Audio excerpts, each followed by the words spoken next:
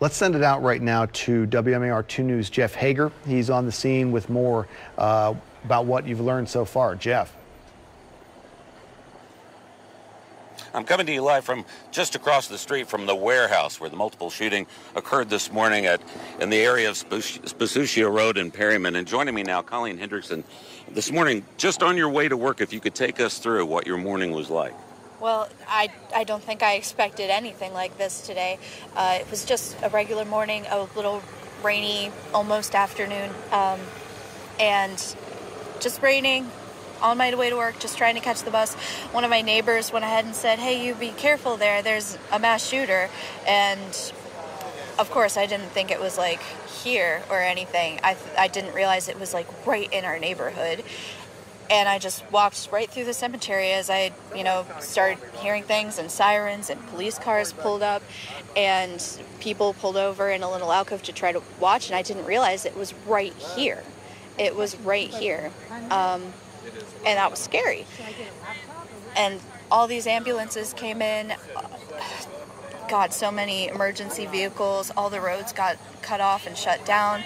And I'm told they're still investigating some things, and they may open roads later. But I'm told that a lot of people were hurt, and then some people may have died, unfortunately. And it's just really scary when it's brought to your doorstep like that. And this is usually a very calm area. It's usually just warehouses and some residential. And I certainly would never have tried to guess that an active shooting in Hartford County would be here.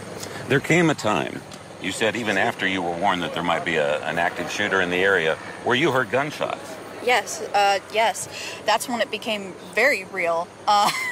Very real, very scary, and it looked like it was the authorities were taking care of it, but it was very obvious that this was still ongoing and that there was still some danger. Was there urgency in the voices of the officers as they were clearing the area and pushing you back? Quite a bit.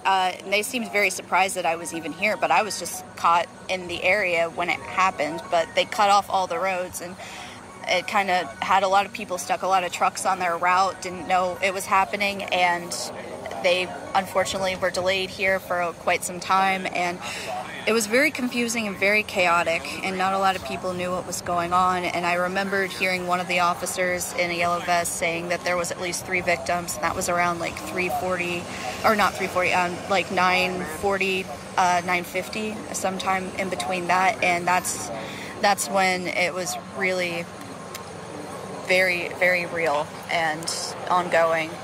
Thank you very much. That's Colleen Hendrickson. She lives nearby here in Perryman, where the mass shooting occurred across the street. We're not sure, to be quite honest, which of these buildings that you see at a great distance is where this happened. It's called the Enterprise Business Park.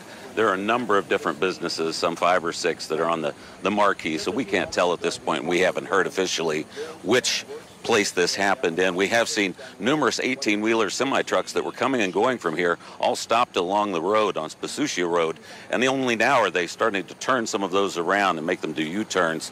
Even as we speak, you're seeing a couple more lit-up state troopers coming into the area, literally dozens upon dozens of law enforcement all throughout the area. But at this point, we still have no word on if this shooter has been injured in any manner, if they're still at large. We are just waiting. They're going to have a news conference coming up in about a half hour. We understand that'll be the first formal briefing. Otherwise, it's just tidbits that are coming out on Twitter. So that's the live scene from here for now. Jeff Hager, back to you.